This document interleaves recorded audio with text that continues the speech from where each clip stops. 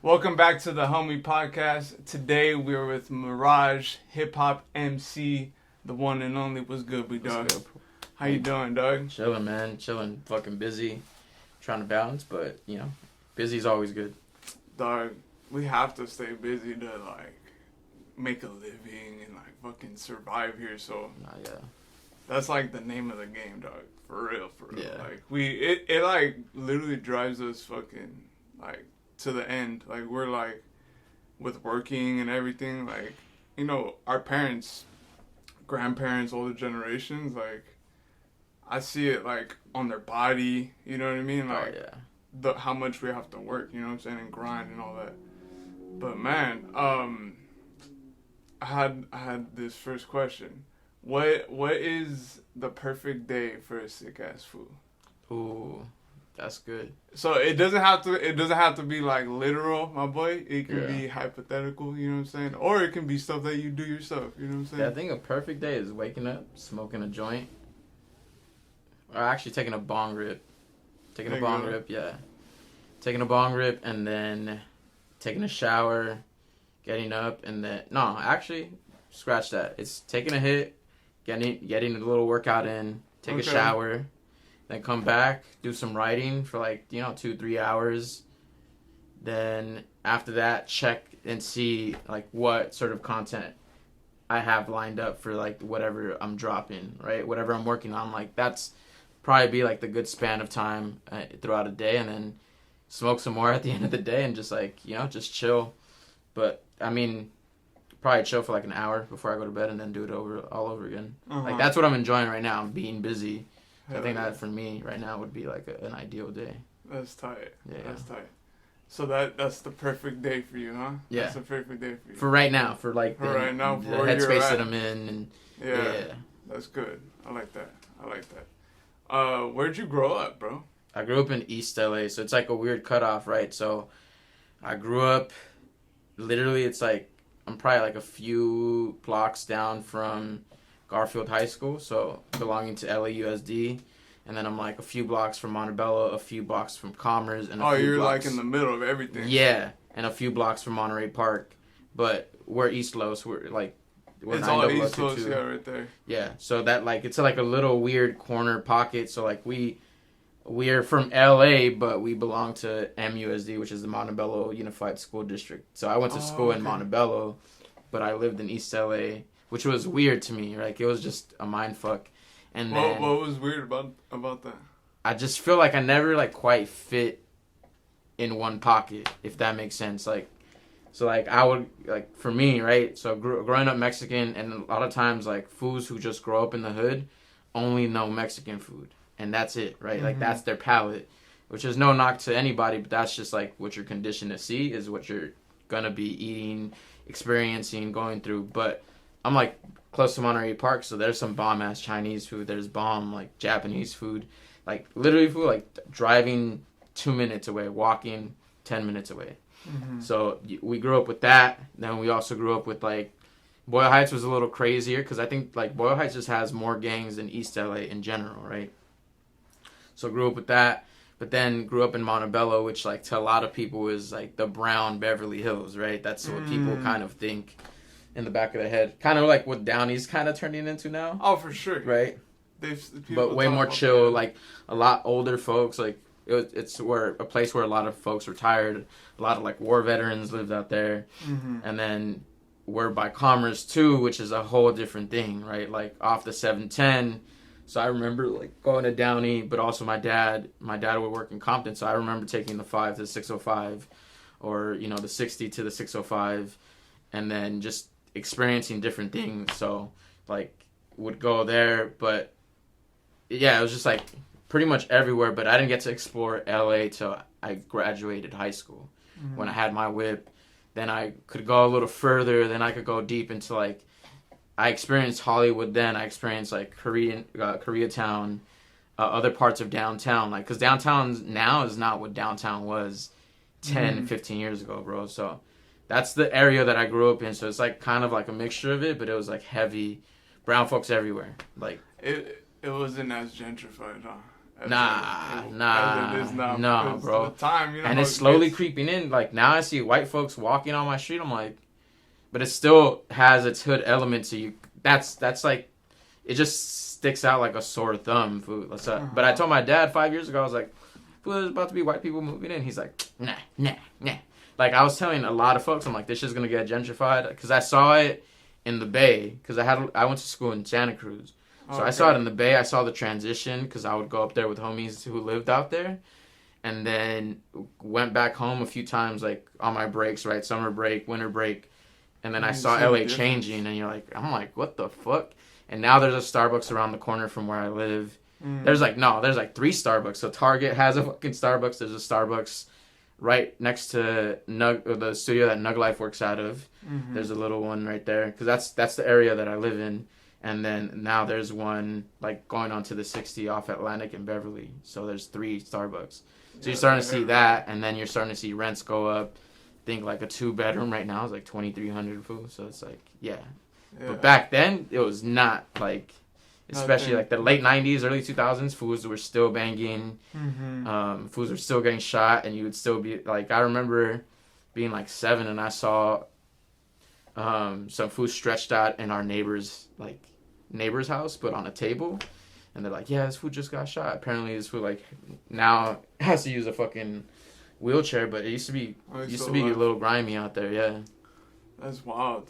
I mean, you heard the stories like of East Los and Boyle Heights in the 90s and 2000s, and that's what the fuck it was. Yeah, nah, I've bet that. What were you doing like growing up? I was around there. So my parents were always looking for me to stay out of trouble, so they put me into sports early. Baseball. So it was a lot of baseball. Baseball growing up. What position, fool? I played first base when I was younger, and then I started doing catcher for a long time, and then in high school I did pitcher. I was a pitcher. So I transitioned through all of those, and that was like what I was doing all the time. I would play in Saybrook Park, which is like another weird area, right? Because it's like East LA folks, but still Montebello. But then you have your Commerce bleeding in from the other side. Is it the one that's right there by the freeway? No. This one's It's in between Olympic and Whittier Boulevard, and it's the cross street is Saybrook, and then Hay is like kind of like where it starts to change a little bit, but it's a weird. It's like I can't explain it. It was just It's like one of those parks that like you just don't go at night. Like you don't go at night, but like during the day it's like all kids playing baseball. I remember like a bunch of opening days and stuff like that for like Little League, and then we used to play in Salazar Park too, which is out in Boyle Heights. So that's like played a lot of sports, and then my mom always pushed school food, so. It was always in the books then. Oh yeah, I didn't like it, but my mom like forced me food. Like I remember my mom, I think I was like first grade. She asked the teacher to give me more work. No way. Oh, I hated my mom. Your mom was on that level, dude. Okay. On that level, and then in high school they had, I don't know if you guys had it, but they had teleparent. So the motherfuckers would like dial, like it was like an automated system. They'd call your house and be like, your son has a test for this, and my mom would be like, did you study? I'm like, fuck. But she was on me. Like I think she knew. She was like, yeah, you're gonna go to college. You don't have a fucking choice. And I mean, I ended up going to college, graduated 4 years, but school was never like fun for me. It was just like, all right, I know I have to get it done. Yeah, no, I feel that. And then people would be mad. They're like, no, you're good at school. I'm like, I don't fucking like this shit though. Yeah, no, I feel that. I had a similar experience. My mom wasn't like crazy like on me though. Yeah. She was on me though. Don't get me wrong. You know how Latina moms are, bro. Like gotta be a teacher, doctor, lawyer. Or just you better have A's and B's on your test. Yeah. You know what I'm saying? Like if you're getting C's, then you're messing up. Like what are you doing? You're fucking up in your life. Yeah. Forget the rest. You know what I'm saying? But like I don't know. For me, like before college, everything to me was just like a waste of time. They wasted our time. Oh, 100%. Like in retrospect, I always say that. For one example, they didn't teach us one thing about taxes. Nah. I mean, they'll teach you in college, but you have to pay for that knowledge. You know what I'm saying? Yeah. Like, they didn't teach us through the education system. So, like, that to me is like a big reason. Like, oh, that's a red flag. Like, why is school not teaching you something that's so essential in life? Yeah. You know what I'm saying? So that's like only one example. You know what I'm saying? Yeah. Where I'm just like. They also don't teach you about you and like the people around you. Like, we had a lot of brown and Asian kids at our high school, but like not one. Like, you pick up a book, you hear Pearl Harbor, and then that's kind of it. And then you hear like brown people, like you hear Manifest Destiny, and then you hear. Dog, you don't hear nothing about brown people. Yeah, nothing. Unless you go to like now, like you'll hear about it now. You know what I'm saying, with the like ethnic studies. Yeah, with how it is nowadays, but that's still a reach. Not every school is like that. Yeah, at least California is. California is that weird dichotomy where we're liberal, but we're not truly liberal. Like, yeah, right? Like. For sure. Everybody throws around liberal, like this whole thing, but it's like it's a lot of conservative people who say they have liberal ideals. Most conservative people live in homes, my G. You know what I'm saying? Like, they're the people who run shit around. Yeah. Or not run shit, but just like they have the most money. So what do you do with all that money? You have the most leverage. You can do whatever you want. You can move. You can go. Give that shit to me, dog. Huh? For real, huh? For real. No, but yeah, they get to leverage the fuck out of everything. Going back to baseball, I know it's random. I feel like I have like ADHD because I can just go back and forth to like random shit all the time. But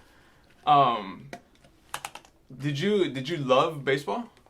You loved it. Yeah. I was like, I was so into it. I thought I was gonna be like, I thought I was gonna go to like at least like minor leagues, and then I saw how big foos were. Like, I would, you follow like Max Preps, and then you're like 6'2", 210 pounds, throws 90 miles per hour. I was like, I'm not throwing 90 miles per hour, and I'm not that fucking tall. Yeah. And I mean, I think with the right, like, also those kids have resources, right? That's the other thing. Like, these fools are going to camps. My mom only had enough money to put me into like Little League. And even that's a stretch for a lot of folks in the hood, right? Yeah, for like sure. $100 for 4 months. But I knew kids who were going to camps, like, that would pay like a rack a summer just to go to a camp. They'd do all these things. And the only thing my mom would spend that much money on was education. Because I did get picked up to do this. I guess Johns Hopkins has this like search for talented youth. You have to take like this test, and they test you, and then you get to place in whatever they place. So I think I did like summer where I studied robotics in Stanford, but I enjoyed more so like talking to people and meeting people from different places around the world. I think one of my like roommates was from Hong Kong. That's cool. So you went out there to Stanford and studied? Yeah, for I want to say like 3 weeks. It was like during summer type shit. Yeah, like a 3-week summer program. So it's a bunch of like 12-year-olds who were just like everywhere running around, playing games, doing icebreakers, but then like you would have your study time. So I did robotics and physics. Do I remember any of that shit now? Fuck no. But as a kid, like going through that, it was fun at the time for sure. Like because they made it applicable, right? So we were like building out these robots made out of Legos, and then we're building out like these paper planes that don't have batteries, but you could throw them and they could fucking fly. So that was cool. But like my mom would never spend that much money on that. But I did want to be a baseball player. And then like, my head got crazy at 13. I was like, I want to be an astronaut, baseball player, lawyer. The first one to ever do it, dog. That's good though, dog, because dog, like you wouldn't be shooting for the stars if it wasn't for your mom pushing you so hard. Yeah. You know what I'm saying? Like, especially having that idea as a kid, saying those things, I can be these 3 things. You know what I'm saying? And you really believe it too when you're a kid, because you don't like. Nobody's telling you knocking you down. You're not telling you knocking yourself down. Yeah, you that's know what I mean? But I think even more so adults too, because like now if you tell like it's funny over Easter, like it was my girl, her best friend, and me, and we were talking about music, and then my girlfriend's best friend goes like, your son's gonna be famous. And my mom's like, yeah, right. But it's crazy to me that like, as adults, we treat other adults who have aspirations with not the same grace as we do kids. Like kids, you'll keep pushing and do whatever. But once you're an adult, they're like, what the fuck are you doing? Imagine if that energy that you gave to a kid is the same energy you give to other people as an adult. Like, for sure. I think foos would go much further because, I'm sure you've met a lot of foos in the local scene, right? Like in the local hip-hop scene, at least like Southern California, where you see them and then you don't hear from them ever again. And it's like, oh, I don't know what, like, food just stopped. Stopped, and it could have been like one food to tell them like your shit's good, like your shit's good, keep going. Like that's all it takes for artists. Food, like that's all it takes for artists. I think like I share that with a lot of like other videographers, photographers, producers. Like they're like they hear that and then like that's what makes me want to keep going. Like if there's that one person bumping that shit all the time, like that's kind of like where it's at. Like yeah, we would all love the numbers. Like that's all relative, but like I think the impact overall is like something that is what keeps you going. Like, yeah, I think that like, and like, cause there are those people that are fucking like they're just like I like get a fucking job, you know what I'm saying? But like there are those people who support you, and that shit means the world. Oh you know yeah, what I'm saying? It really does. So shout out to all those people for real that fucking support. For real.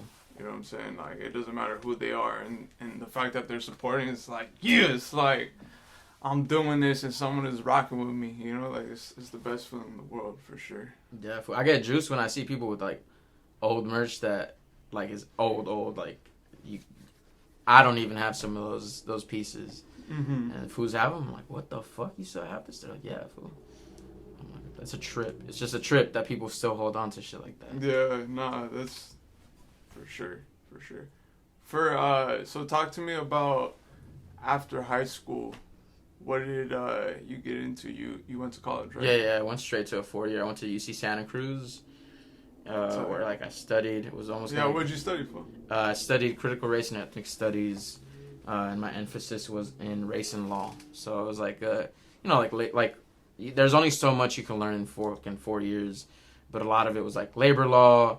Like the transition between Texas Rangers and ICE and how that like has correlations together, correlations between like slave patrol and like local police enforcement, FBI and all that stuff, and the prisons, like school to the school to prison pipeline, and learning about that, and then just like learning a lot about like the fucked up shit that happened, learning that like Mexican folks in California were also getting hung.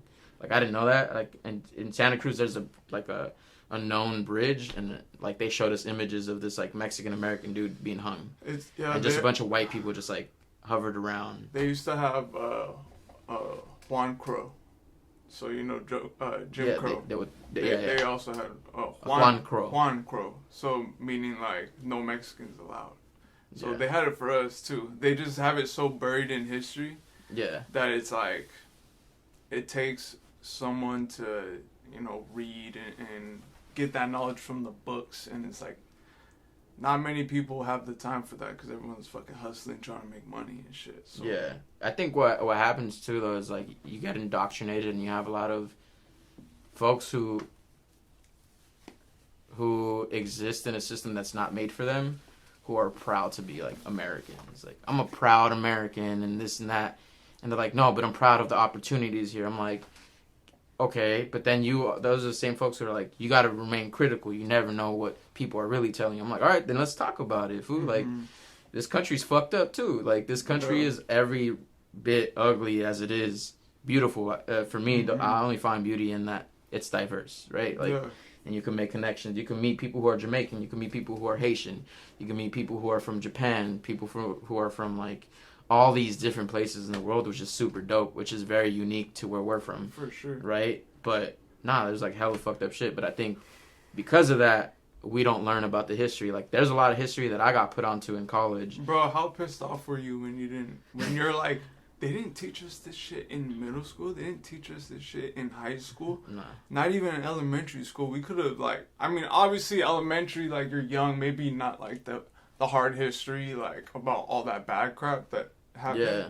But like at least middle school or high school, like you don't learn about it. And I think they choose also like certain leaders, and then they like kind of mold the story to like fit a narrative, because like a lot of people don't know that the United Farm Workers back in the day when they were fighting against all the landowners and stuff, and this is like the age of Cesar Chavez, that there was also Filipino brothers and sisters on that end also fighting, right? And then also like power is always going to find a way to trick people out. So like nobody knows the history of Cesar Chavez not fucking with Mexicans, because Mexicans were being brought over, being paid less, and kind of like was forced against the movement. But nobody, like at that time, he wasn't critiquing the entire aspect of what power is, right? He just was like, damn, you're ruining our movement, but not knowing that like, no, that's how power works. And like, if anything, we should also be helping those folks out, because they should also have rights. So it's like, you get into the system tricks you, dog. Yeah, the system tricks you into going against your own people, and it's 100%. Fucked up. It's crazy to me, especially with the Democratic Republican shit, dog. It's the most divisive shit in our government. Yeah, you know what I mean? Ronald Reagan too. Like how many like Latinos from that era who got their citizenship through amnesty love Reagan and like hate people who are DACA. Like, or who are, who have their DACA paperwork, and hate people who are identified as dreamers. I'm like, you foos would have been the same fool.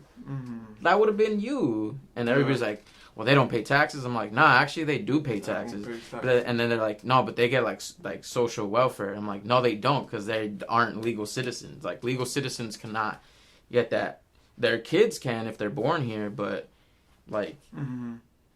we already know how tricky it is to fucking raise a kid. It's expensive, and it's a lot of time, and like that's off of what they give you, like it's not enough. And then I also think it creates like this whole system as to where people rely on them. But I'm like, this shit's not made for us. They're not here to help us. They're not here to do anything with us. It's the same thing in music, right? Like people are like, I can't believe these record label execs. I'm like, fool, these record label execs are here to make money and pimp you out. They're not here to help you. They're here to pimp you out as much as they can. Yeah, you can use that system to your advantage, and you could try to finesse your way into something, but ultimately they're here to make other people richer off of your experiences, off of your stories. Like, we also have to be, sort of somewhat critical in how we move, but also like find that downtime to like be human. And, like, detached from all of it, because it's so overwhelming. Yeah. There's so much history behind it, and, like, how it's affecting us today on the daily. Oh, yeah. And if you understand all of it, it's kind of a mind fuck. Oh, yeah, bro. I have there's a James Baldwin quote. I don't know how it really goes, but he, like, alludes to this idea of, like, consciousness is a curse, because, like, the more you know, the more you unravel, the more pissed off you get, the more like this you get, the more you want to keep knowing more, the more like, and sometimes that information can be debilitating, right? Like you just hold so much that you don't know what to do with it. And it's like, yeah, we could keep just deconstructing, but when are we going to reconstruct? Rebuild and make the shit that we want to do, which is what I feel is like. That's what we need to do to heal, because we're all still traumatized, bruh, from the history and like how it's affecting us. Yeah. How I just said that, like, because it's an ongoing process that we're all like getting through. You know what I'm saying? You can heal and all that through your trauma and everything, but that's a lifelong lifetime lesson. Yeah. You know what I'm saying? Like, it's nonstop. When did you get into spitting raps and shit? It was in college. In college, I did poetry. Like, in high school, there's this thing called Mr. Sure High. So I did a poem, and that's like, it's like you went to Sure. So I went to Sure, yeah. So there's like a male beauty pageant, but it's used to like fundraise for like the program. Using a beauty pageant, yeah, bro? Yeah, that's right. Yeah, so there was like swim, there was like formal wear, and then there was a talent portion. So I did a poem. I did a rendition of Gemini's Penny for Your Thoughts. So I was watching a lot of Def Jam poetry in high school, like towards the end of my high school years. But that bled into college, and then I started doing poetry. Then there was this club called Rainbow Theater. And Rainbow Theater was like a lot of fucking talented cats, fool. So they'd have a black play, they'd have a Latino play, they'd have an Asian American play, and then they'd have like one play that was everything. And they had their poetry, and then they had a team that was Outreach. So Outreach created their own. The poetry, it was called Poets Corner. So you got to do your own show. You write your own poetry, and then your directors kind of like cohesively put the steps together, right? So they're kind of like the producers and the whole thing. And I did Poets Corner when I was a junior. Like, a lot of fools were telling me, like, you should join. I'm like, nah, fuck all that. Like, I don't have time for that shit right now. Like, I'm trying to know who the fuck I am. I'm trying to enjoy this experience of being in college, fool. But then I did that, and then, you know, you just, like, you end up smoking weed with a bunch of fools, and you get into it. And you get into it, you start writing poetry, but then we would freestyle on, like, we would have big-ass show. Like, our shows were big, right? So you'd have a show, and then everybody knew you would have an after party. Oh, yeah. So at the after parties, fools would throw on beats, like Jay Dilla beats, Madlib beats, like, all this production, fool, like, crazy, and everybody was into, like, Gangstar, Talib Kweli. In college shit. So this is, like, a lot of conscious people, like, looking up to a lot of conscious music. That's and also, like, production for, like, crazy, like, you know, it's like it's like the classic production. So you're hearing all this, and we would just smoke weed, freestyle, you know, and just keep going on and on and on. And then I did that, and then graduated, and then kind of, like, got into the corporate world, was looking for work, couldn't find anything, wasn't writing at the time. And then the homie Sun Sweat Gold, he was formerly known as Brown Sugar Beats. That fool's from Boyle Heights, and I met him over there in Santa Cruz, which is crazy because I had never met people from Boyle Heights. That's crazy. Till then. And you meet out there. And we meet out there. Like, that's crazy. It's crazy how, like, we're literally down the road, and then his family is, like, down the road from my family, like, where my family lives. In Jalisco. He knows he knew my grandpa Chana. What? Or he knew that town, right? So he, like, Cuautla. Yeah. So all right. So we're gonna take a quick break, and we'll be right back.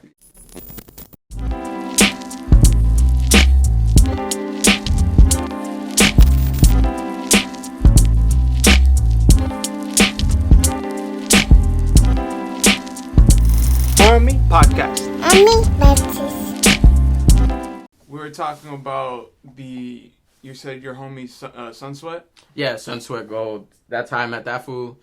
So I met that fool in college, then we came back to LA, and then he had been making beats, because he lived out in the Bay while I was out here. I think he was in the Bay for like 2 years, I want to say.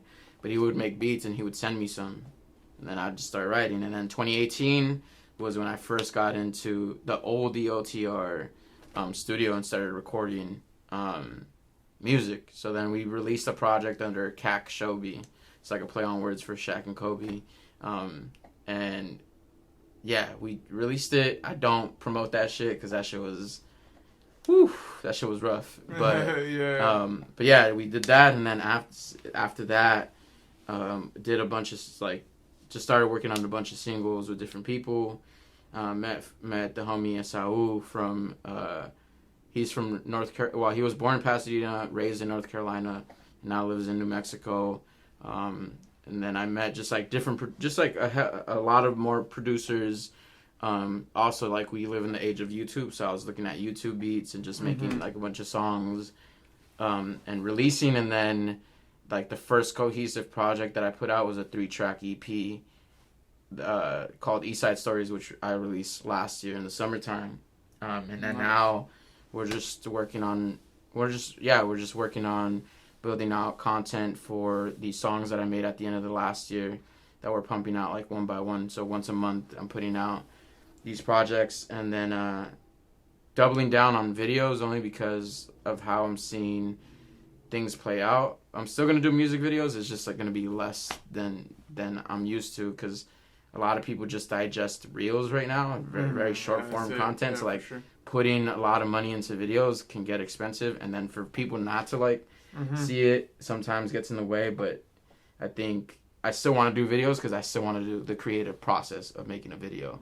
Like putting a video together with somebody going down and being like, all right, scene 1, this is how it's going to look. This is the other scene that I want to do. This is, so I'm still going to do it. I think it's just more strategically looking at the landscape of things, because I also want to treat it as a business, and make sure that I'm spending my money the right way, right? So, but yeah, right now we're just a song a month. We just released Motivation last night, today, right? So today, so it was 12 p.m. Eastern time. So people got to hear it at the end of the day yesterday.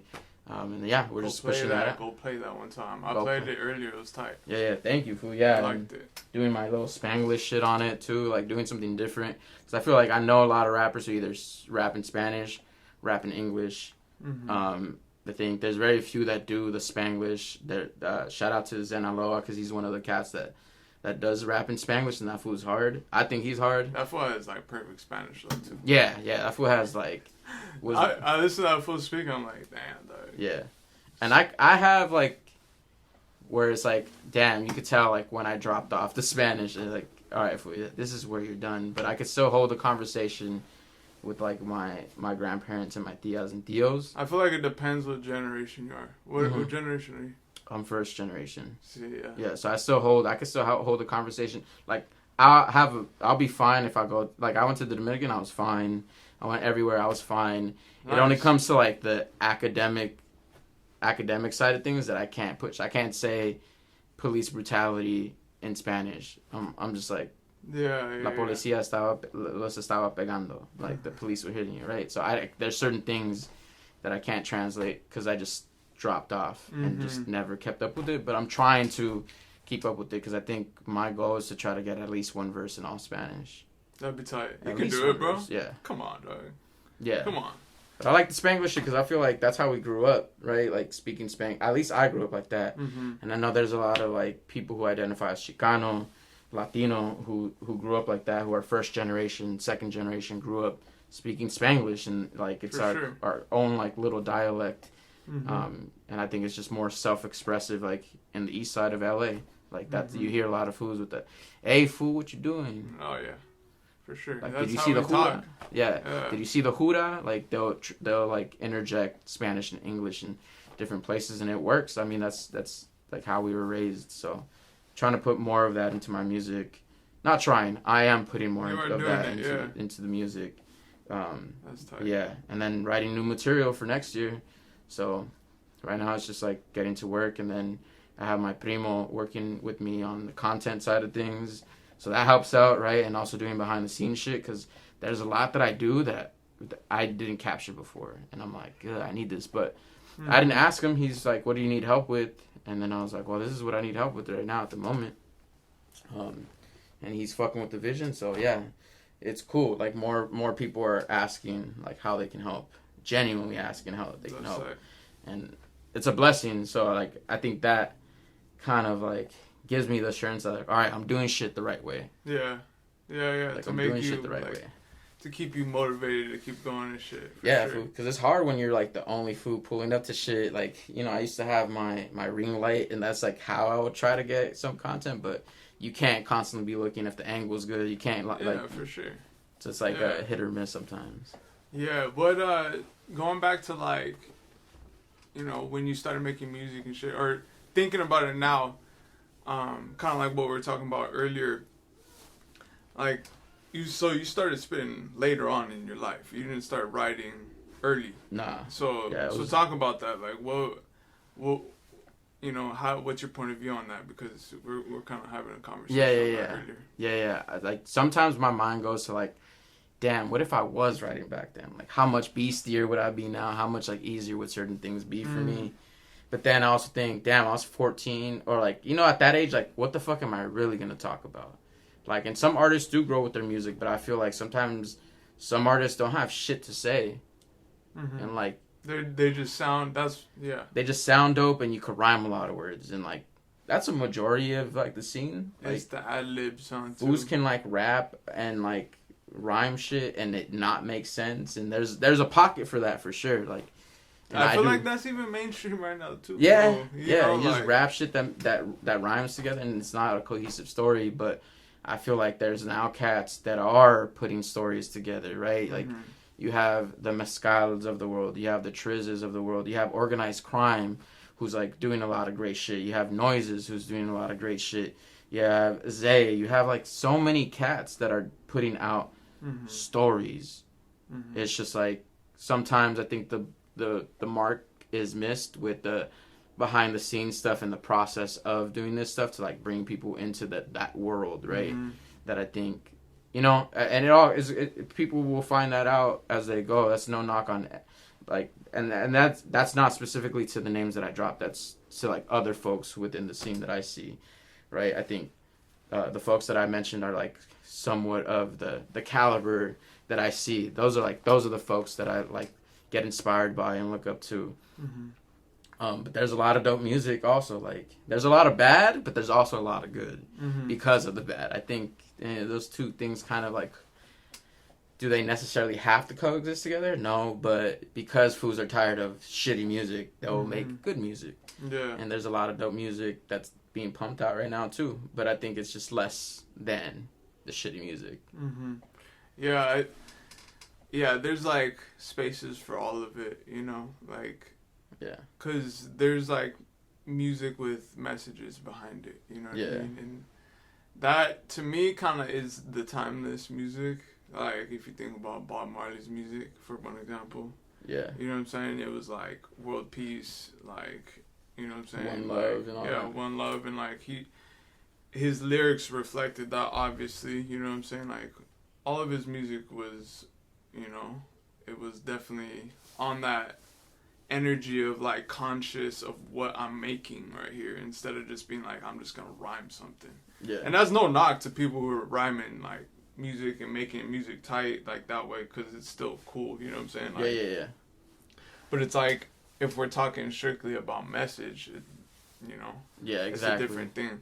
But I mean, there is like that happy medium where it's like, yeah, you want like a flow with a message behind it, you know what I'm saying? Yeah. Like, and I think that's what I saw on like Nug Life's project, like right, there's a lot of dope ass foos on that, and the songs have messages too, right? And I think it's like you're doing it in a creative way where you're slipping, like I heard this interview with, I think it was Zach Fox and Earl Sweatshirt, and then Earl Sweatshirt's like, you can't give them all the heavy shit. You got to slip medicine into it, right? You got to make it sound dope, but also slip those messages in there. Because even like, I feel like this song that I just dropped, like it has a catchy hook, but if you listen to the second verse, I'm talking about how like bars, like, you know, like there's still black and brown people arrested for distributing marijuana back in the day. There's white people making hella money. There's hella white people making money off of this shit. There's suburban moms who are in articles like talking about weed, like,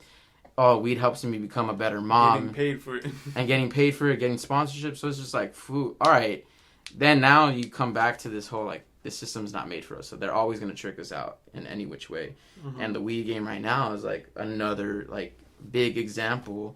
But there also is like Latino based operational. Like, bro, you gotta support them. Yeah. For example, like for the cannabis brands, look up Umo. Yeah, Umo. I pick up from them. Like, yeah. Because like that's, for example, that's how we can support our own within the industry. But yeah, we're not the majority of the owners. Exactly. You know what I'm saying? So it's like when there's like a business that does reach through, it's like, all right, we gotta pull up and support. Yeah, and I met the marketing person because he liked some of my content because I tagged him in some pieces of content.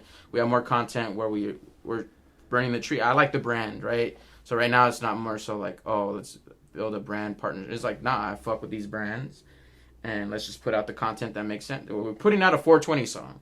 It only makes sense to push out what I like and also what brands we're fucking with. But I met, there was this event at this place called the Big House for a brand called Casa Grande. The same person operates both of them, right? So it's like it's the English and Spanish, right? The English version, the Big House is Casa Grande. Casa Grande is Big House. But they put on a whole event with just POC owned brands, which was super dope. And it's super dope to see in that space because it's very few exist. But Get Umo's also, I think, if you follow Umo Familia, that's a page for their events that they're throwing. So they're also doing a lot of event coordination and stuff. So it'd be dope, right? Like I envision, like, why not have an all Latin based show or like festival where you have vendors from Latin companies, like, and it's also like incorporates also our Afro Latin brothers who so often get forgotten in these spaces, right? Because you know, there's a lot of dope fucking Hondureños who rap. There's a lot of dope people, and we also have, like, Latin America is so diverse that food it includes Asian folks, it includes black folks in America, exactly, from Brazil all the way up, you know what I'm saying? So it's like it'd be dope to see something like that. Yeah, dude, for real, dog. We gotta do that. Come on, let's do it. Cause you know we got the numbers, dog. I mean, for example, like, going back to like the ownership thing and like how Latinos don't own like a majority of cannabis brands, but we are like the majority consumers. So we have to be smart as consumers and be really supporting our people and like be conscious of it, you know what I'm saying? Who runs this brand, you know what I'm saying? Like, what am I supporting here?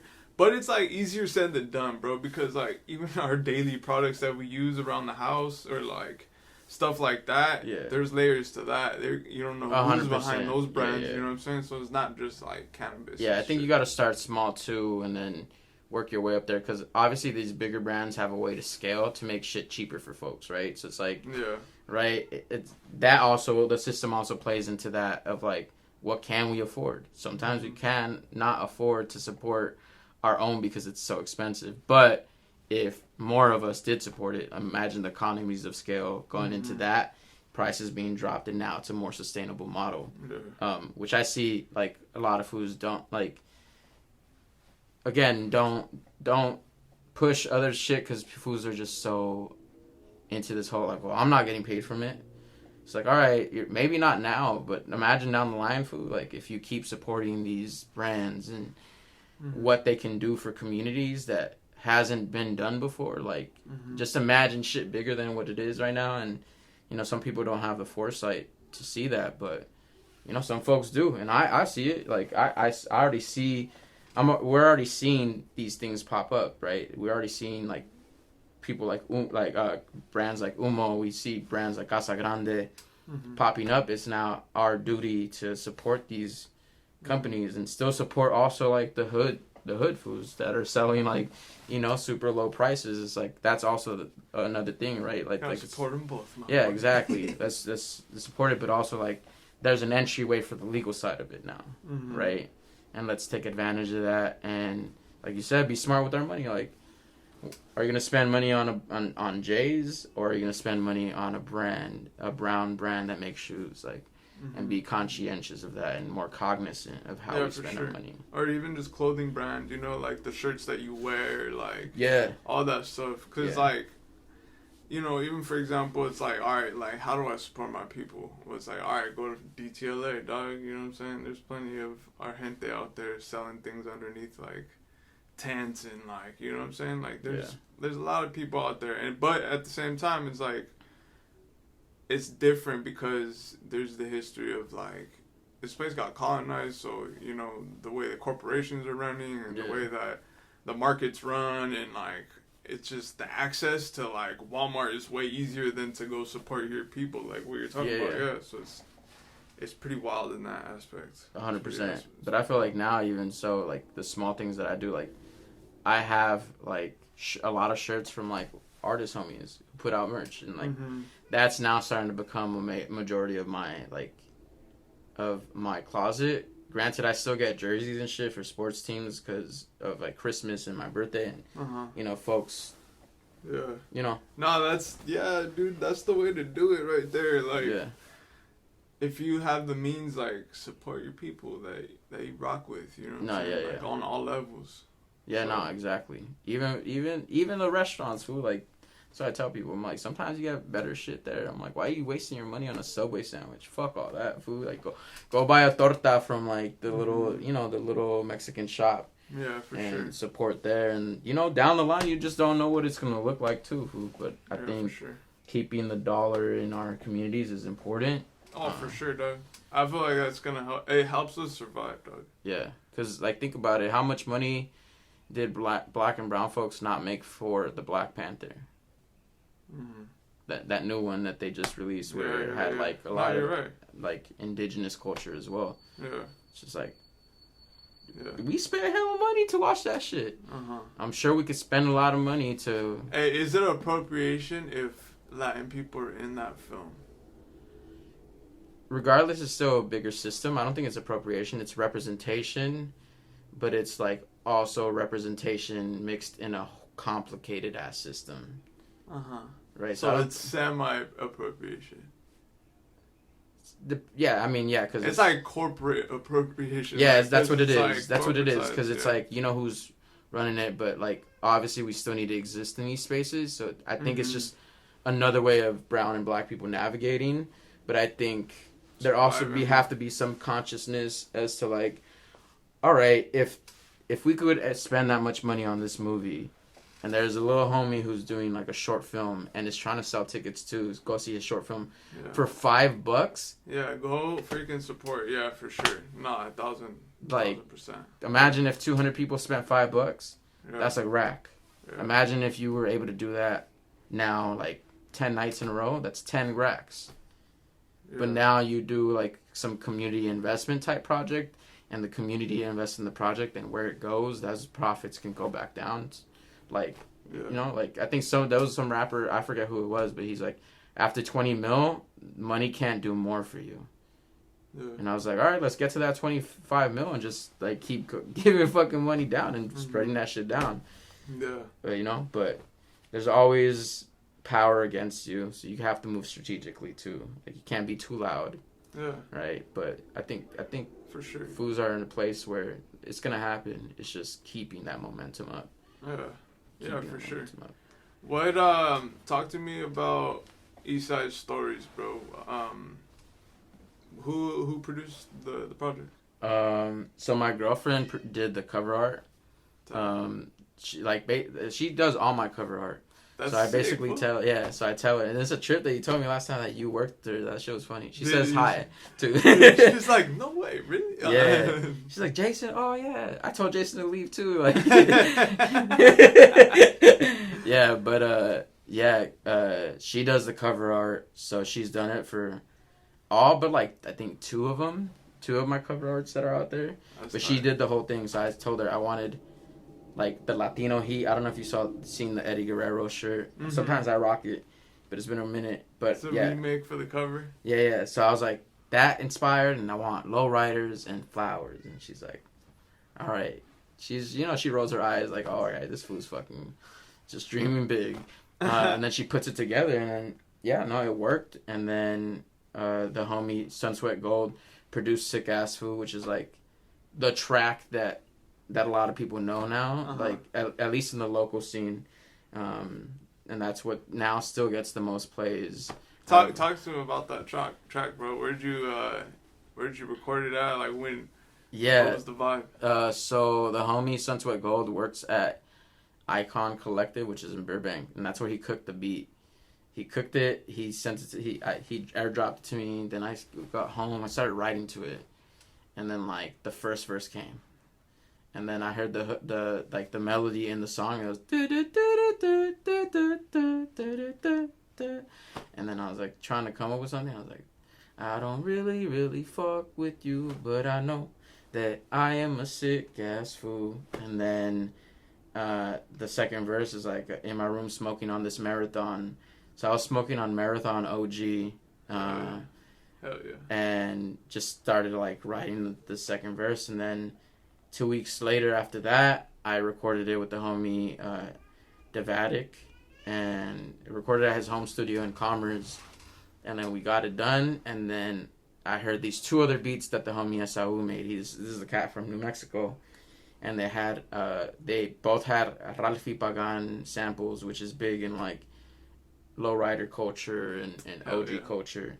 So off of those two, I was like, damn, these kind of sounds kind of blend together. So then I pumped those songs out afterwards. So I have Sip on Modelo and then Riding Around. Sip on Modelo was just like a fun track at the time. But it also storytelling, because there's a lot of like how it used to be, like, you know, like house parties getting raided in East LA is like a subculture thing that a lot of East Los fools know about. Talk about that video, bro. That video was tight. Oh yeah. So the video was shot at the homie Keanu, who's the in-house videographer. He's the videographer I rock with. It was shot at his house? Yeah, it was shot at his dad's house. Yeah. So tight. So shot at his dad's house. It was funny though when we were there, because we made a flyer for the party, right? Because that's how we were able to get foos to show up, right? So we provided free drinks, free food, free everything. Like, just show up and have a good time. Yeah. So yeah, we set up. It was a pool party. You know, we were smoking a lot of weed. So like sometimes we were like, the daylight's going and we were forgetting, like, bro, the party was blending in with the video shoot. So you kind of get lost in the sauce a little bit. But then like in the back of our head, we're like, no, we have to finish it. We got to pump it out. And it worked out, fool. Like, it was a good video. It was a good time. I think we partied from like 12 to like 8 p.m. on a Sunday. On a Sunday. Foos showed up. Some foos got trashed. A lot of foos forgot their shit. One of the homies fell into some cactus, like, and was like trying to get up, but like almost grabbing onto it. The homie had to like slap his hand. He passed out. The homie had to drive him early. Like, it was funny, dog. I didn't get too fucked up because like in the back of my head, I'm always like, all right, we got to get this shit done. Yeah, for sure. But I'm also like hosting at the same time that I'm performing like the shots. But it worked out. It was a fun time. Yeah, it's just a trip that it's gonna be a year in August since dropping that project. But we're trying to do something big for that. We're trying to do a 1-year anniversary. We're gonna do the video to the last track on the EP. Because the homie just likes it so much, and he's like, this year we're going to do one free video. I was like, I want it for that one then. Because he's so juiced about it already. He has ideas in his head. He's like, this. I'm like, all right. And I like that. When foos are passionate, I'm like, let's go with that idea then. Because if you're already passionate, like how you're saying it, it's much more easy to carry that momentum. And I know that you're going to put that extra effort to make it look like the way that you're already envisioning it. So, yeah, we're going to work on that video, push it out, but trying to have an event, trying to see like what artists would be down, just, you know, do 15, 20-minute sets and then just do the EP and then show people some of the music that I'm working on. Just like a sneak peek, like maybe 2-3 tracks of the new shit that I'm working on, and then play some of the songs that I'm going to be releasing for this year that, you know, at the time... At this time, people don't know about, but by then, people should know about. So just having, like, a big-ass party just to celebrate, like, because I think that EP is, like, where my recent momentum's been coming from, and that energy of, like, we got to get shit done, like, and now meeting all these things and putting things into perspective of, like, this shit can happen. It's just a matter of putting energy, effort, and some money into it, right? Like, so, yeah, we're trying to do something big for that. So I'm probably going to plan May, June, and hit up the homies, see who wants to perform and just have a good time. So hell yeah. Yeah. That's tight. Hit me up, Doug. Yeah, for sure. I know you'll put it on your social media. We're going to take a quick break. We'll be right back.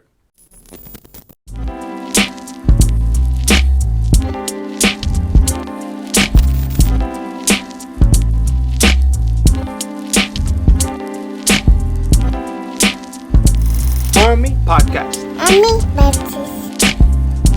Talk to me about your recent singles. Yeah, so last year, this homegirl who works for a talent agency who's been helping me like kind of put things into perspective. At one point, if we get to the point that we need to get, when we get to the point we need to get to, right? I'm trying to change the way I talk. When we get to the point that we need to get to, she's going to be managing. She's going to be managing me. So she put out this like, essentially challenge to me. She's like, all right, write all your songs, record them, and get them ready for next year. Yeah. Get everything ready this year for next year.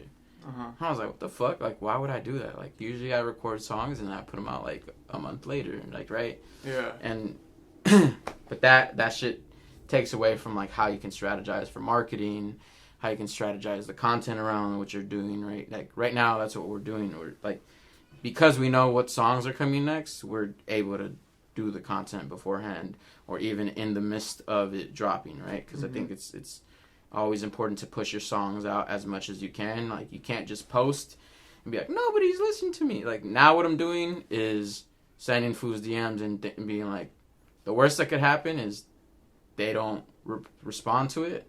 They don't pre-save the song. They don't do anything with that message. The best thing that could happen is they actually do what I tell them to do. Or like that plan of action, right? Of like, hey, please save my song. Like, that's the best that could happen. And now I'm kind of like, fuck it. Like, you know, there's an algorithm, so foos aren't going to see my posts as often. Let me just reach the people because I already have them following me. Might as well.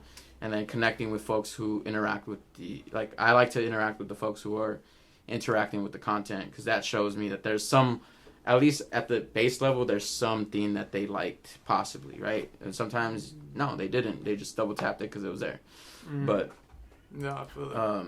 Yeah, so we got those songs ready, and I think this is now just the best sound. Like, now it's like a more developed sound from that EP. The EP had a lot of, you know, a certain style of music, and now I'm like being more melodic with my shit, right?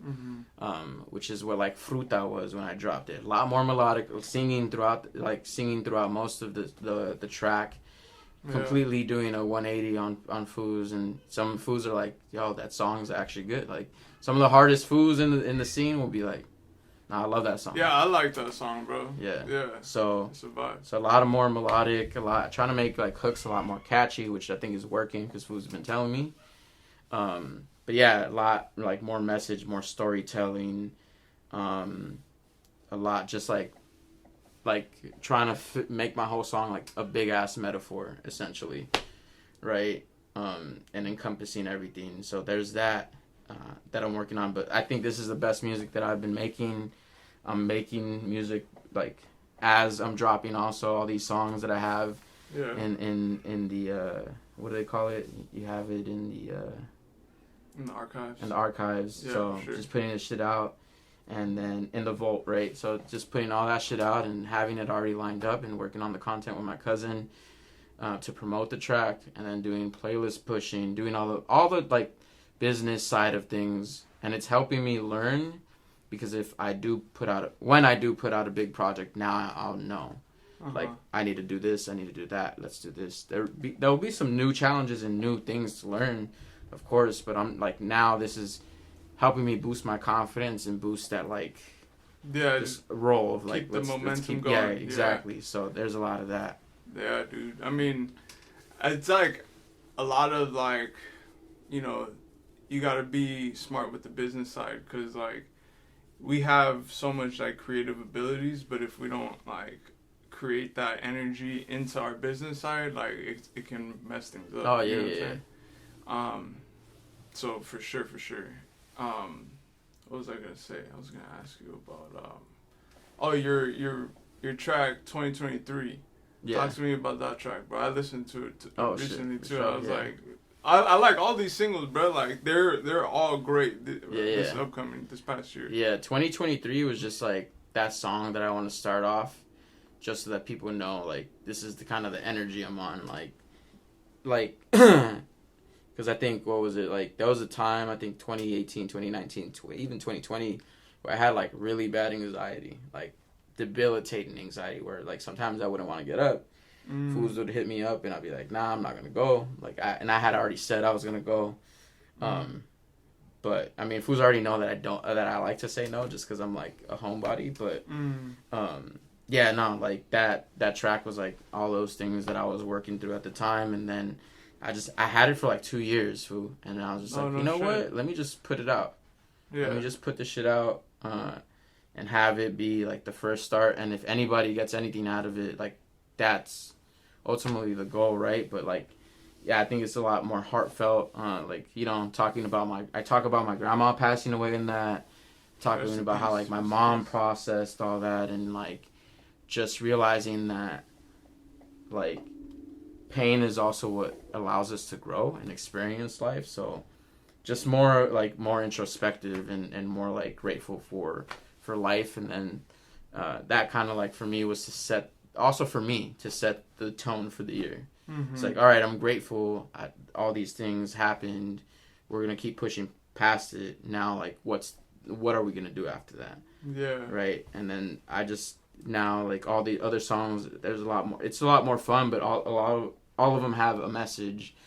I think Fruta was just like trying to detail of like, I mean, sneakily I was talking about oral sex in the hook. If anybody caught that. But, like, in the verses, I'm talking about, like, this is what a healthy relationship looks like for me and my partner. And then motivation, again, is, like, there's storytelling in the beginning of, like, how I,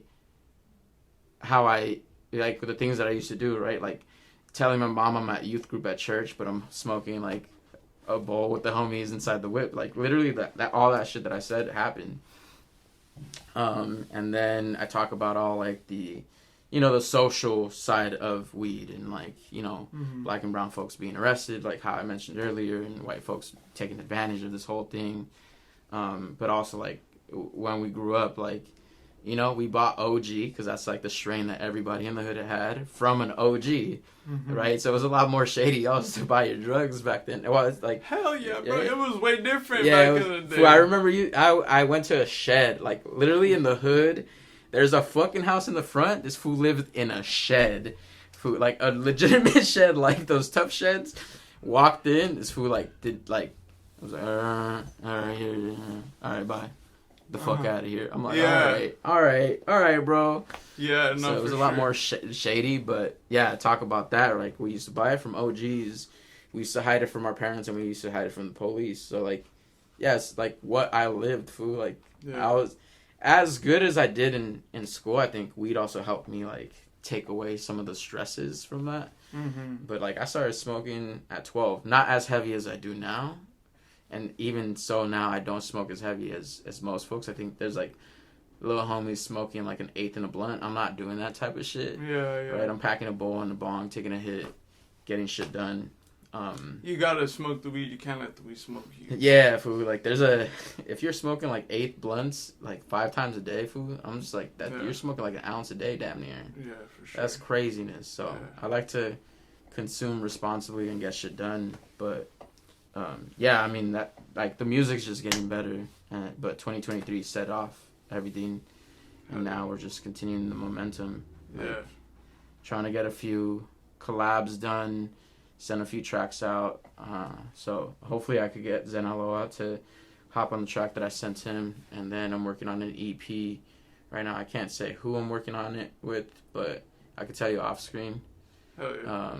But yeah, working on that, and then possibly working on another EP with another homie in Central California. He lives in Santa Cruz. Ironically, I met this fool after I graduated from Santa Cruz. But yeah, working on that, and then working on a bunch of solo shit, possibly even another EP or longer project, but still haven't, like, things are coming together. I just need to keep creating more to see where it takes me. But yeah, like, all the songs, bro. Like, yeah, I just like these songs I'm slapping on daily, just because I already have them, and I'm like, oh yeah, this shit's gonna be That's dope. how you know it's right. Yeah. What give me your top 3 favorite artists right now. Right now, I'm gonna have to say Kendrick, J. Cole, and Isaiah Rashad. That's tough. On like, people who are at, I wouldn't even say like this level, because I feel like there's local cats that are on that level, but just more so with that global view, right? Yeah. Those are my top 3 favorite. What? So because of the global view, or what else? Like, why? Well, the global view is one of them, but, like, also just the stories that they're telling and how they're doing it and how they're using their voices. Like, like Kendrick in his early days was very rap, but now can stretch his voice to be also an instrument on the songs, and you're like, oh, okay, like you're also delivering dope music. It has a message. Just like J. Cole, just like Isaiah Rashad, like, they have a message. They're catchy too, and they're just, the production's fucking crazy. And to some degree, like, also the global view because of what they're being able to do on bigger stages, right? But still give back in the ways that they are giving back is something that, like, I look up to. But, like, it's always hard for me to be, like, every time somebody asks me, like, top 3, I'm like, fuck, fool, I don't have... Yeah, I feel like, for me... I don't have, like, a top 3. I have a top 3 that are on this level. At the moment, I feel like... Because, like, I feel like at every moment it could change, like... You know, time goes on, you experience different things, you listen to different artists, you know what I'm saying? That could shift. Because, yeah, like 10 years from now, you might have a favorite different 3, you know what I'm saying? Yeah. And I have, like, subcategories because I also have a top 3 for the local cats, like, right? Well, give me the for top local 3 cats, for locals. or Viva Mezcal is one of them. Nug Life is another one. Hell yeah. That third spot's hot. That's a tight... I personally, I would put Zenaloa above a lot of people who I like right now. And that's no knock on everybody. There's a lot of good music, but, like, those are the... For different reasons. Like, just the ear candy that Nug Life is able to produce is dope. The story that Mezcal is able to share and kind of corral people around is dope. And then Zenaloa just has the fucking bars, fool. And I could go Spanish, English, Spanglish. Oh, yeah, for sure. And do the bars. And do it well. Like, do it well. For sure. Yeah, and he does a lot of music that I don't see myself rapping on, which is a trip to me. Like, I'm like, yeah, this fool's dope. Yeah, he's like, he's in his own, like, category type shit. Yeah, he's in his own pocket for sure. For the underground, like, this shit's so alive right now, dog. You guys are really doing it. So, like, shout outs to everyone. Like, really putting in the work, really loving, like, their music that they're putting out there. Because I know it's not easy, you know what I'm saying? Like, you literally put everything into your music, so... Yeah. Sometimes you go broke, too, food. Just, like, pushing this shit out, so... But, yeah, now there's a lot of good music. Like I even said before, Organized Crime for that last project they put out. Fire. Fucking heat. Like, it's just so fucking good.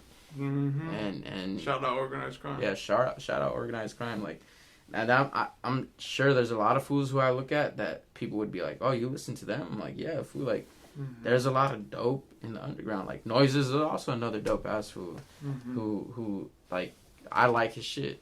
I like his shit a lot, and I spin that shit. But I also, like, I slap a lot of music outside of hip hop, so there's that too. What kind of music are you into outside of hip hop? I like Chicano soul. A lot of Chicano soul. I like a lot of R&B, reggae. I listen to some banda. I can't do all banda. Give me a Chicano soul band that you're bumping. The Altons, The Sinceres, These Sacred Hearts, right? Souls. Oh, These Sacred Souls. Anyone else? You could even put Weapons of Mass Creation in there. Oh yeah. Weapons of Mass Creation is... Yeah, it's a trip because their bassist went to UC Santa Cruz too.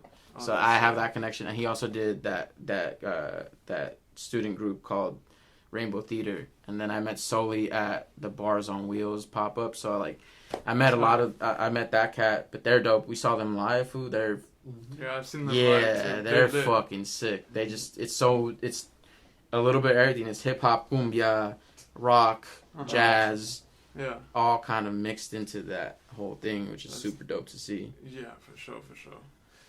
A lot of great music right now. You just gotta find it. It like if you listen to the radio though, you would think music is trash. Nah, yeah. But if you know like these artists that are like putting in the work, like all on that independent grind, like man, there's so many. There's so many to support. So many, dog. So support your local artists. For facts. People. Facts. You know what I'm saying? Like there's too many like cause like if you can like goddamn it like do like what you say, buy their merch, you know what I'm saying? Buy whatever they're selling, because it's like, that goes a long way. Like, you're buying straight from the person who, like, created this. There's no, like, record label, like, getting a cut of your money, you know what I'm saying? Yeah. So, definitely support the locals, man. Definitely support the locals. I have lighters and shit. I have fucking Nug Life's grinder now. So like it's like little things. I like that too. I like we're gonna be older folk and we're gonna be like, yes, I'm happy about this. Yeah, I hope this food makes it like a token so we can go somewhere for free. That'd be sick. I tell that I'm giving out this while I'm selling these ashtrays, and that's what I'm telling fools. I'm like, this is gonna be a token. Just hold on to it. If you break it, you fucked up. But you fucked the token. You fucked the token up. But yeah, that's like essentially you want to like give back to your like core fans always. Because those are the fools who are willing to, become supporters and willing to like help sustain your music. And I think too many people overlook that shit. Yeah, for sure. Because like, even if it's not a lot of people that are supporting you, if you're having 5 people support you, okay, rock with that. Go all in. You know what I'm saying? That's kind of how I got to where I'm at, you feel me? I've rocked with the few people who've rocked with me, and I'm here, you know what I'm saying? Yeah. I'm like years into this now, so it's tight. You really just gotta focus on the people who are rocking with you, you know what I'm saying? You can't focus on, you know, comparing yourself to other people, what other people are doing. Like, that's the killer of everything. Gets you stuck, you know what I'm it kills your creativity, kills any sort of networking you could do with people, like, it just, and I see it too. And also, I think remaining humble. There's a lot of humble cats in the game. I've had my experiences of who's just being too much and like being extra and braggadocious, which is like a tricky thing too, because hip hop is like ego driven and all this stuff. But I think, at least for me too, like when I perform, I'm a different person. When I'm off the stage, I'm back to this chill ass who. We could have a conversation. We could talk about politics. We could talk about like social, racial equity, and all this other stuff that like I'm into. I heard the stage does something to people. Yeah, you kind of like blank out. Like you just think about the music, and you just fucking rock out. And then once it's done, you kind of like that high dies down, and now you're like, oh, I'm a human. Like I'm a human being. Like. Let me shake hands. And then also when your shit gets better and you're on stage, like, you feel it. Like, you could feel it. You feel people tapped into you. Yeah. And like, lately people have been rocking with it and people go up to me. I actually met Scoop DeVille that way. I performed, like, this last-minute show for Black Books and Rhyme Books, and it was I opened up for Kid Frost, and I'm walking, and this, like, older lady, not older, but she must have been in her, like, mid-30s to, like, late, like early 40s, creeping around that age range. And she's like, oh, you did a good job. And I was like, thank you, right? And then usually when I say thank you, I'm like, thank you, acknowledge them, and just keep about my day. And then she's like, no, come over here. And then she introduced me to Scoop DeVille, and she's like, this is my husband. And he's like, yo, I'm Scoop DeVille, I really like your music. I'll be seeing you around. And I'm like, oh, that's cool. Tight. So for me, I just froze up. He heard it live and he was like, yeah, this was tight. Yeah, I kind of froze up though too, because I was like, what's your IG? Not realizing that this was from like an older generation, and like should have just asked for contact info. But I'm sure I'll see him again. Yeah, I mean, dog, it is what it is. It's part of the generation. Yeah. But now I'm just gonna start. So you knew it was him right away? Yeah, as soon as like I didn't recognize him when I was walking, but as soon as I sat down and looked at him, I was like, oh shit, this is you. And I told this who produced for Kendrick.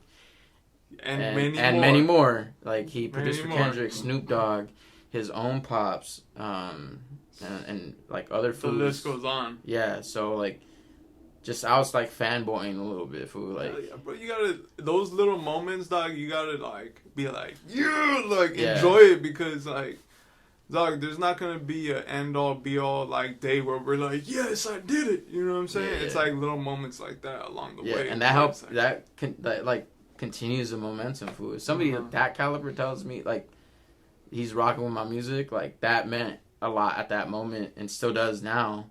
But like that momentum keeps going, and like it's funny, like it's weird how like life works too, because there's been moments in my music, like in just these like 5 years, that I'm like, man, fuck this shit, like nobody's listening to this shit. And then I think the first time I did that, I saw Sway walking in the street, and I was like, all right, maybe, yeah. And I said, and I looked at him, and then he looked back at me, and I'm walking, and like he's You're walking. in LA somewhere, huh? I was in Highland Park, which was a trip. Yeah. What the fuck are you doing in Highland Park? But Highland Park's also changed, food. That's the thing, right? Yeah, so like you have like people like Madlib who also have like things like there's a Quasimodo, fucking like pop up that happens every so often. But there's like people who are tapped into music who like show up there. They probably stay in there or something. I don't know. But I'm sure they own some of the businesses, but there might be some studios up there. Yeah. Billie Eilish also, her family, her mom lived there as well. Oh, yeah, shit. so we crossed paths and I was looking at him and then like we kind of looked back, like I think he was more so like, who the fuck is this fool looking at me?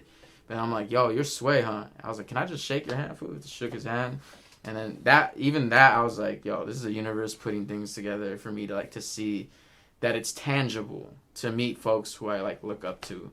And also like I try not to put people on pedestals because sometimes you meet your idols and you're like disappointed. Oh yeah, for sure. Yeah, that has yet to happen to me, but that's because now in my mind I've set that like they're human, food. Like yeah, for sure. They could be going through anything, dog. Their grandparents could have died. Their mom or like anything could have happened. So for sure, that's easier said than done. Yeah, it is. But I just see it like I would want people to treat me that way, like human first. Yeah, whatever for sure. they see me as second. Like yeah. Talk about like human nature. Shit, you do the what's it called? Not like meditation. What do you do? The Monday, mental health Mondays. Mental health Mondays. Yeah. Talk to me about that. Bro. So those are sporadic, but essentially did that like as a way to help me too into like. Because again, like I said before, like I was going through like rough anxiety, depression, and all this stuff, and just like doing that helped me out so much. And then like for me, it's more so like I've gone through this. Let me share a few things that help me get through certain things. Because there's people going through that shit now. There's gonna be somebody tomorrow going through that shit. 10 years from now going through that shit. But if I can like document all that stuff. And put out a good message because there's a lot of fools putting out bullshit. Then it helps. If it helps, it helps. Like, and there's been fools who've gone up to me like, how come you haven't done your mental health Mondays? And it's just like it's the sustainability of it. For like finding a topic on top of like writing music and like all my creative juices just being squeezed out is kind of hard. Yeah. But I'm working on something, potentially a podcast where I do it and it'll be a lot more sustainable. Might have my girl join. That's practically a podcast. Yeah. It's practically already a podcast. Exactly. Now it's just bringing my girlfriend in so that way she's a co-host and we can rely on each other and not more so like, you know, sometimes you invite people and they flake and it just doesn't happen. Yeah, it happens. So like, I don't want to be in that position to where like we both show up and then the third person doesn't show up. Like at least if that person doesn't show up, we have each other to like run a whole episode. For sure. Yeah. 1,000%. Yeah, so that's what I'm looking to do right now. Turn it into a podcast, and then maybe do it every twice a month until I can sustainably work my way up and do more volume. That's good, dog. I feel like that deserves its own podcast because a lot of us men don't give no shits about no mental health. Yeah. You know what I'm saying? Like, or artists too, fool. Like I think artists too, yeah, for sure. Anyway, I mean honestly anyone can benefit from that kind of Have you gone to therapy? Yeah.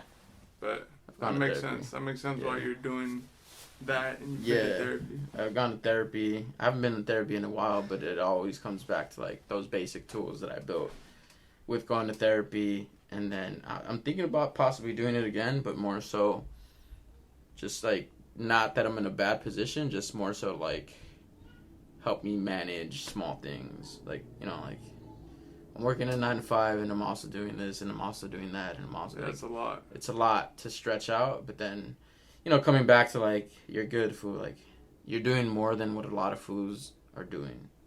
You're okay. Like you're good.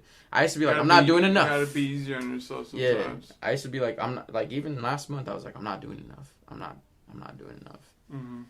Internship, real estate classes, music, relationship. You know, I've been with my girl for almost 8 years. So relationship, work, like family.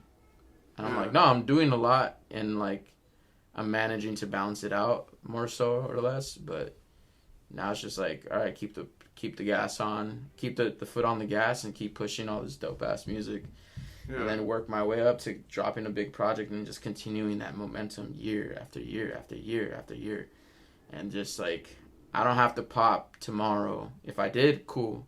I now have like the mindset to like pull that shit off for the longevity of it. But if I pop at 35, 7 years from now, I'll be ready still. Like, and I'll still continue that momentum, while also learning to take care of myself, getting my sleep, like working out, eating better. You know, not drink. I haven't drank since September. Like, you know, like that shit feels good. Not that I was a big drinker or anything, but even the times that I did drink, like it slowed me down. Like being hungover and then having to figure that shit out, or you know, figuring out how I'm gonna drink. Because I can't drink alone. Like, that shit's weird to me. So having to find something to do to drink. Like, it's just a lot of work. That now is like, I have the time to do it. Put it into music. Yeah. That's fire. That's fire. We're going to go to a quick break. We'll be right back.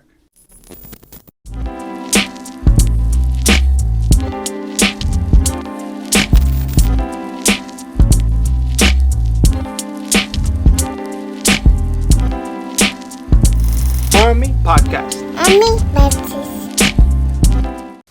Alright, bro. You know I gotta ask you, what's up with the sock check, dog? Okay. I got him high, doggy. Show the camera. Show the camera. Lift them up, son. Damn. Dog, yeah, no, they're always high. I used to hate white socks, fool. Like, when I went to college, I would just wear black, but still long, but like black socks. Then I came back, I was like, nah, I kind of like the white socks. Like, fuck it. So now I have, like, a bunch of white socks. But I like socks, too. I like Stance has some pretty cool socks. Like, I don't know if you remember the book, Where the Wild Things Are. So I have, like, some of those that are branded as some SpongeBob socks, some Cheech and Chong socks. I have my socks with the little Tapatio man on them. I just like socks now. Like, it's, like, one of those things. Dude, I rock both. I'll rock white or black. Like depending on the shoes. You know what I'm saying? Cause above the ankle? Yeah. Hey, fool, I've worn low socks too, alright? I've worn low socks too. You know why? I'm gonna tell y'all. Let me break it down.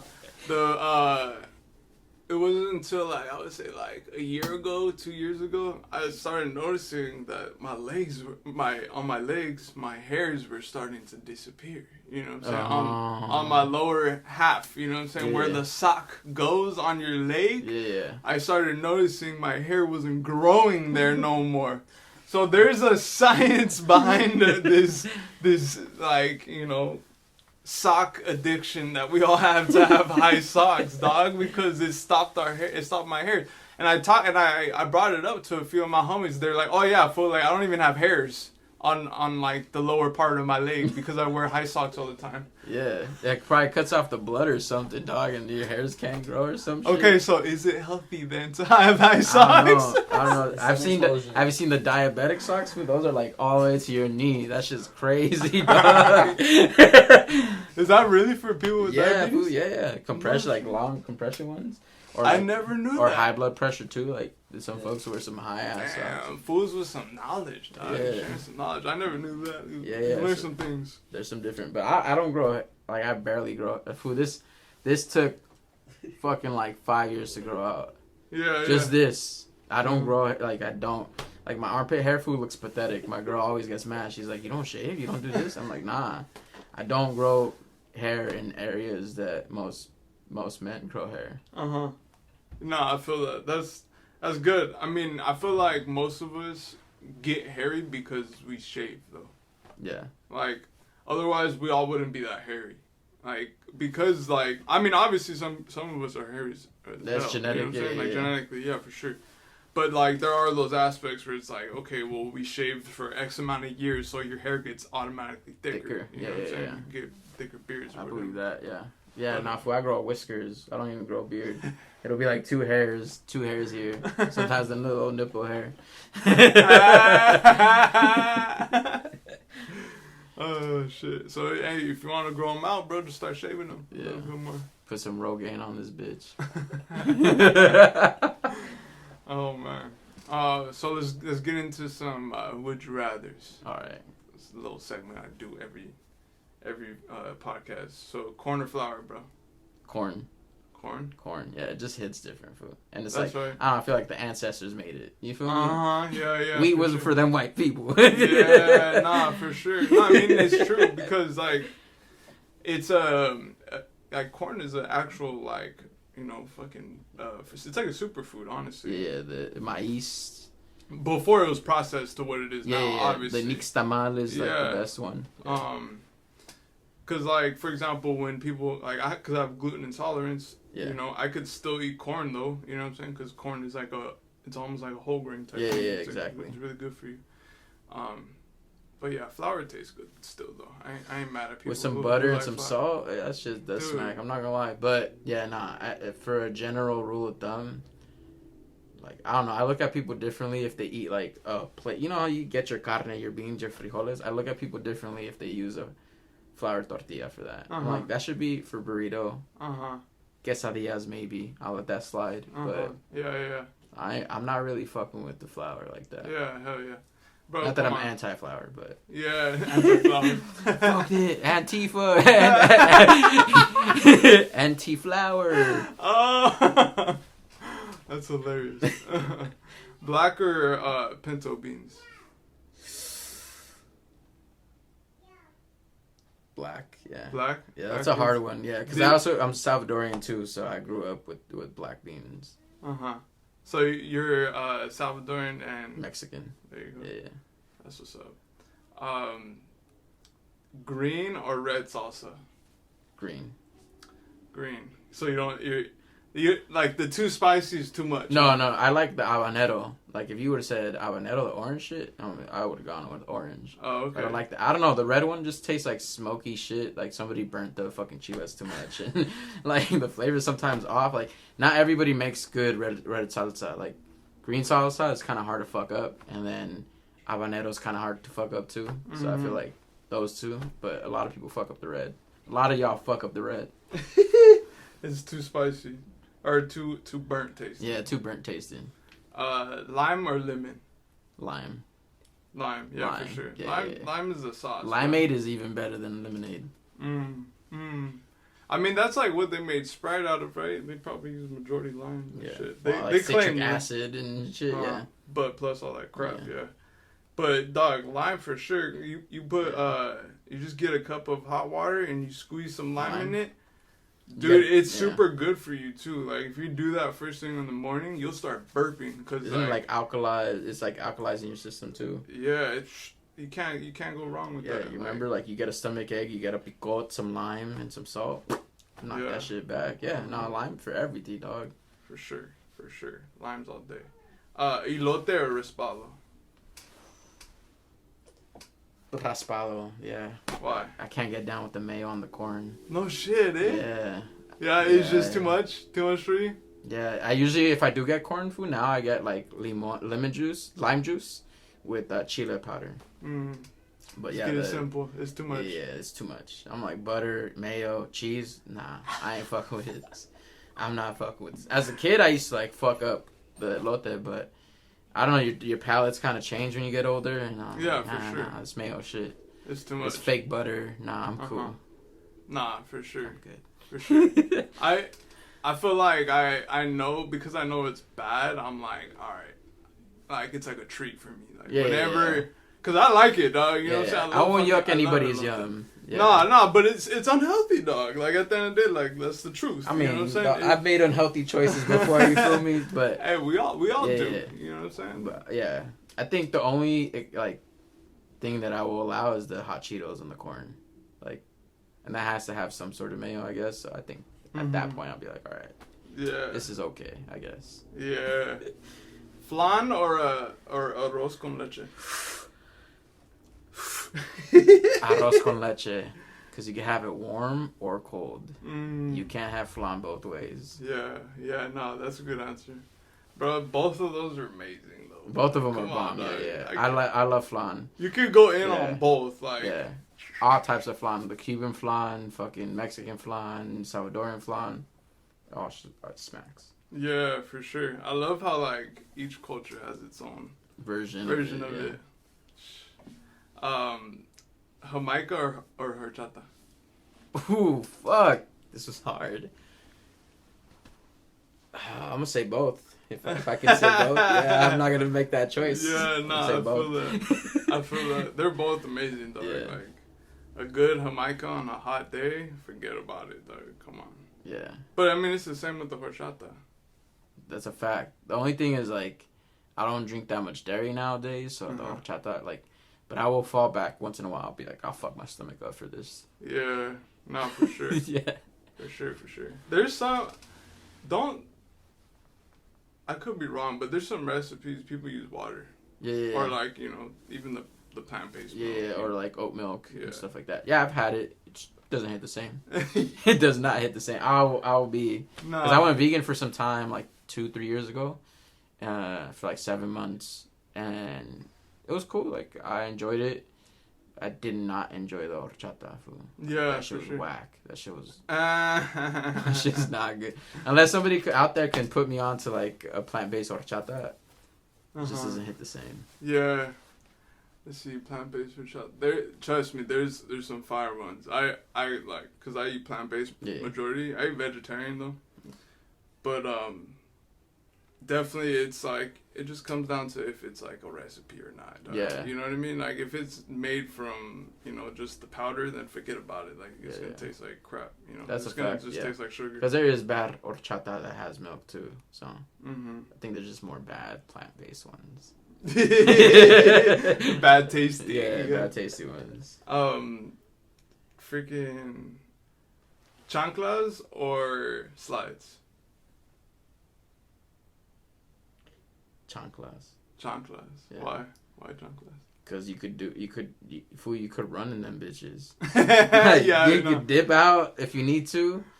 Like the slides, that shit's gonna slide out, fool, as soon as you run. Like that shit not gonna work. So I think I like that, and also like I feel like you could walk on chanclas for a lot because it has like that tire material in the bottom. You could be rock climbing, do a bunch of shit. I don't know. Like, you could definitely do some crazy shit with some chanclas. Hell yeah. I like that answer. Do you have any shout-outs? I mean, shout out to the team. Shout out to my cousin who's here. Fucking already, you know. In the building. Yeah. He goes by Mr. Eric Rangel on IG. Shout out to my girl. She goes by Sunshine T. She does all the cover art. Shout out to Sunsweat Gold. Esau, Keanu, Quattro, the foos from the Bay, my parents.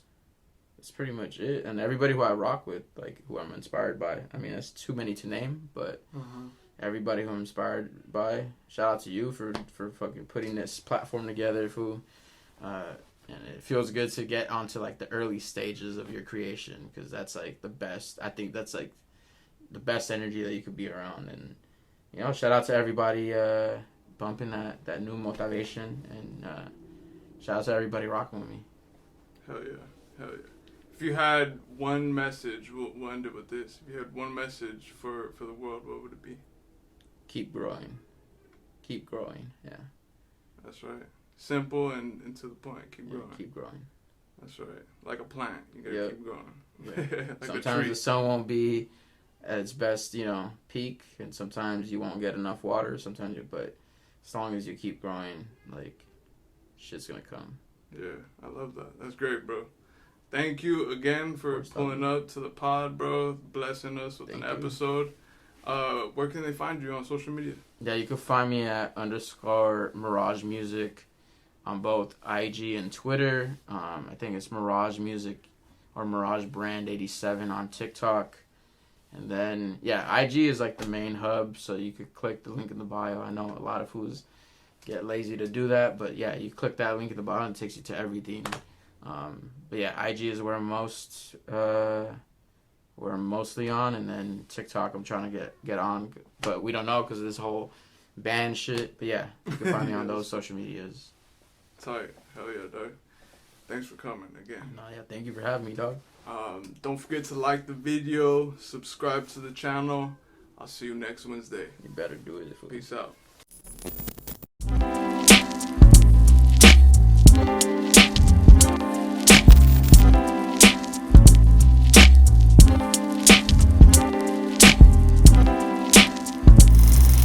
Podcast. MiRage.